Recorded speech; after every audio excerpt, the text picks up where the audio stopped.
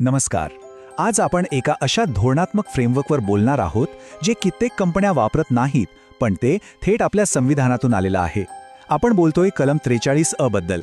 हे फक्त एक कायदा नाहीये, तर प्रोडक्टिव्हिटी वाढवण्यासाठी आणि व्यवसायाला एक कॉम्पिटिटिव्ह एज देण्यासाठीचं एक जबरदस्त टूल आहे. चला तर मग बघूया हे नक्की कसं काम करतं.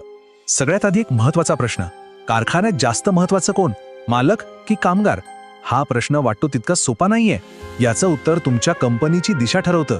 पारंपरिक विचार केला तर मालक आणि कामगार यांच्यात नेहमीच एक संघर्ष असतो, नाही का? पण या पलीकडे जाऊन विचार करायला हवा. आणि आपलं संविधान यावर एक अतिशय स्पष्ट आणि धोरणात्मक उत्तर देतं. दोघेही. हा संघर्ष नाही, तर ही एक भागीदारी आहे. हीच विचारसरणी कलम 43 मध्ये आहे, जी आपल्याला संघर्षाच्या त्रासातून बाहेर काढून सहकार्याच्या फायद्याकडे घेऊन जाते. ठीक आहे, पण हे तत्व प्रत्यक्षात कसं काम करतं? चला एका खऱ्या व्यावसायिक समस्येचं उदाहरण घेऊन हे समजून घेऊया. तर कल्पना करा, पुण्यामधली एक मोठी टेक्स्टाईल मिल आहे. कच्च्या मालाचे भाव वाढलेत, बाजारात मागणी कमी झाली आहे आणि त्यामुळे कंपनीचा नफा कमी होतोय. थोडक्यात परिस्थिती गंभीर आहे. अशा वेळी मालकाने एक मोठा निर्णय घेतला, कारखाना बंद करण्याचा. हा निर्णय पूर्णपणे एकतर्फी होता. आता ह्या एका निर्णयामुळे हजारो कामगारांच्या नोकऱ्या तर धोक्यात आल्याच, पण एक मोठा उद्योगही बंद पडण्याच्या मार्गावर होता. पण तेव्हाच एक अनपेक्षित वळण आलं. सुरेश नावाचा कामगार युनियनचा एक प्रतिनिधी पुढे आला आणि थेट मॅनेजमेंटला म्हणाला, आम्हाला बोर्ड मीटिंगमध्ये घ्या, आमच्याकडे एक तोडगा आहे. आणि झालं असं की निकाल अगदीच अनपेक्षित होता.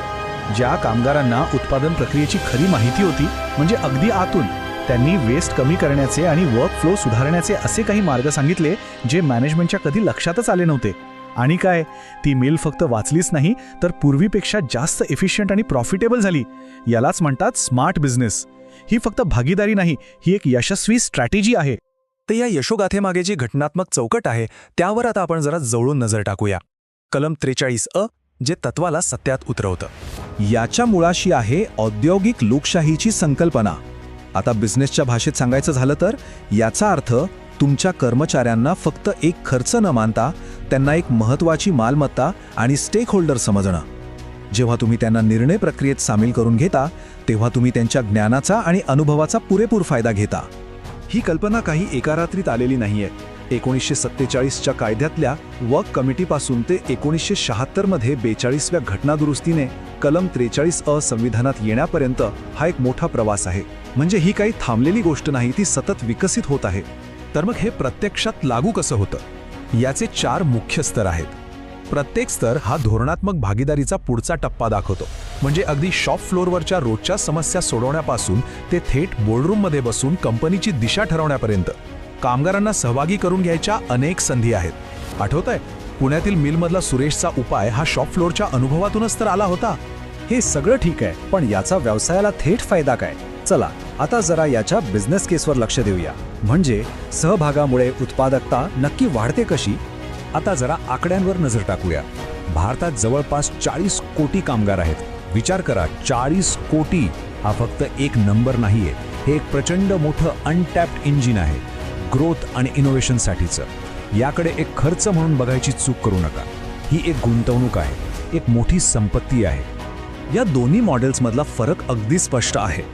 पारंपरिक मॉडेल म्हणजे जिथे निर्णय वरून खाली येतात, तिथे संघर्ष आणि मर्यादित नवनिर्मितीच होते. पुण्याच्या मिलला बंद करण्याचा निर्णय त्याचं उत्तम उदाहरण आहे. याउलट सहभागी मॉडेल हे सहकार्याला प्रोत्साहन देतं. यामुळे फक्त उत्पादकताच नाही वाढत, तर इनोव्हेशनसाठी नवीन दरवाजे उघडतात. कारण तुमच्या कर्मचाऱ्यांकडे अशा कल्पना असू शकतात ज्या तुमच्या व्यवस्थापनाच्या कधी डोक्यातही येणार नाहीत. आणि हो, हे फक्त पुस्तकात नाहीये. टाटा स्टीलसारख्या कंपन्यांमध्ये जॉईंट मॅनेजमेंट काउन्सिल्स आहेत, जिथे उत्पादन आणि सुरक्षेसारख्या महत्त्वाच्या विषयांवर एकत्र बसून निर्णय घेतले जातात. इतकंच नाही, तर सेल आणि BHEL सारख्या सरकारी कंपन्यांमध्ये तर कामगार थेट संचालक मंडळावर बसतात आणि कंपनीच्या धोरणात्मक निर्णयात सहभागी होतात. चला आता आपला दृष्टिकोन थोडा अजून व्यापक करूया. बघूया की जागतिक वातावरणावर याबाबत काय चाललंय आणि आपलं भारतीय मॉडेल कुठे उभं आहे. उदाहरणार्थ जर्मनीचं सहनिर्णय मॉडेल बघा.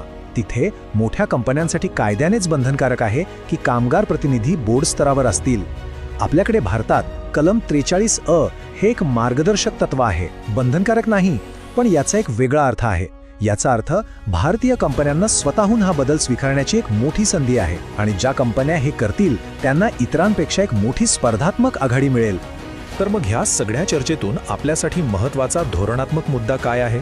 कामगिरी वाढवण्यासाठी भागीदारी का आणि कशी गरजेची आहे हेच आता आपण पाहणार आहोत.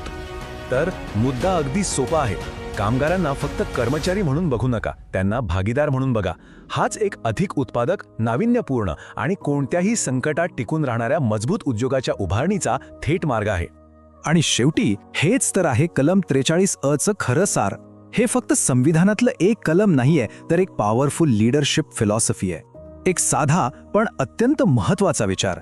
ज्यांच्या हातांनी कारखाना चालतो त्यांनाही निर्णयात वाटा मिळावा.